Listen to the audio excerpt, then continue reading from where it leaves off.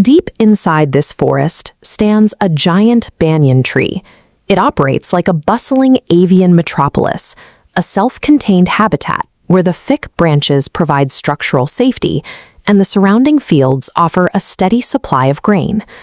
Pihu, a pigeon, lives high in this canopy. She spends her days foraging to support a very specific investment: 3 unhatched eggs resting in a nest hidden behind a screen of thick leaves.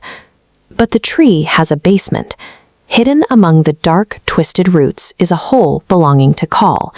He is a black snake, a silent, heavily armored apex predator who has turned the tree's inhabitants into a food source. The math of this ecosystem is brutal. A pigeon weighs mere ounces, relying on hollow bones and feathers. The snake is composed of pounds of pure muscle and constricting coils.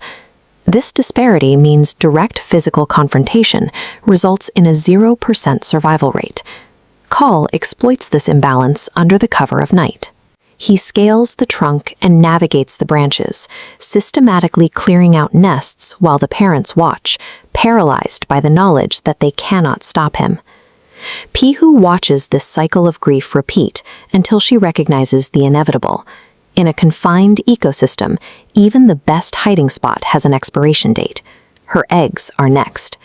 This is the impossible puzzle.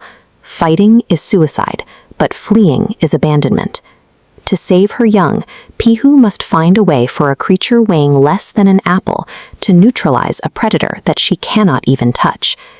Pihu seeks out Baba Crow, a veteran of the forest who lives in an old mango tree. He doesn't offer more strength, he offers a different way to look at the environment. He tells her that while the snake's physical power is absolute, that power only works if Pihu is the one he's fighting. The crow explains that when a barrier is too thick to break, a strategist finds a way to move around it, using the existing forces in the forest to create a path where none existed before. This map illustrates the mechanics of a proxy attack. Pihu, the pigeon, severs the direct line of conflict with the snake and instead connects herself to a much larger external human force. She creates a scenario where that third party is forced to engage the snake on her behalf. Success depends on identifying an asset that already has the power to destroy the snake, and then manipulating that asset's own goals so that its momentum crashes directly into the target. Pihu's victory won't come from growing stronger. It will come from her becoming the architect of a collision between 2 heavyweights who have no idea she is pulling the strings. The operation begins at the royal palace. By the lake, the queen removes a pearl necklace before her morning bath. This is the perfect bait, a high-value object that the humans are guaranteed to defend with force. Pihu lands nearby and waits. She needs the humans to see her as a thief, not just a bird, to ensure they commit their full attention to the pursuit. In a brazen move, she swoops down and snatches the necklace in her beak. As the guards shout and draw their weapons, she takes flight, making sure to stay within their line of sight. This tactical map shows the precision required for the flight.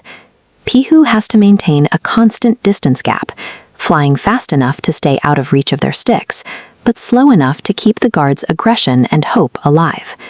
She leads this armed unit across the fields and into the forest, effectively towing a superior military force directly to the base of the banyan tree.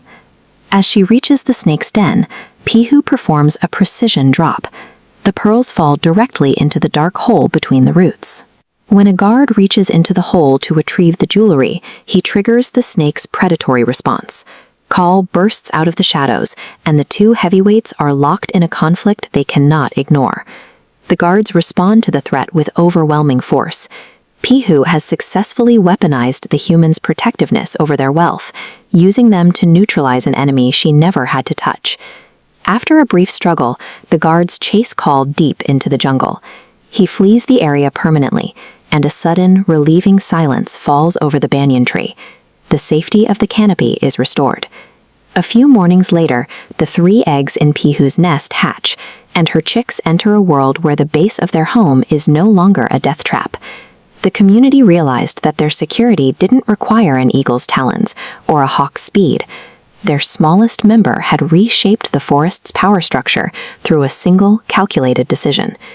This is how leverage functions. It's the process of using the existing energy of an environment to multiply your own influence. By understanding the motivations of the humans and the instincts of the snake, Pihu turned a necklace into a weapon. No threat is truly invincible.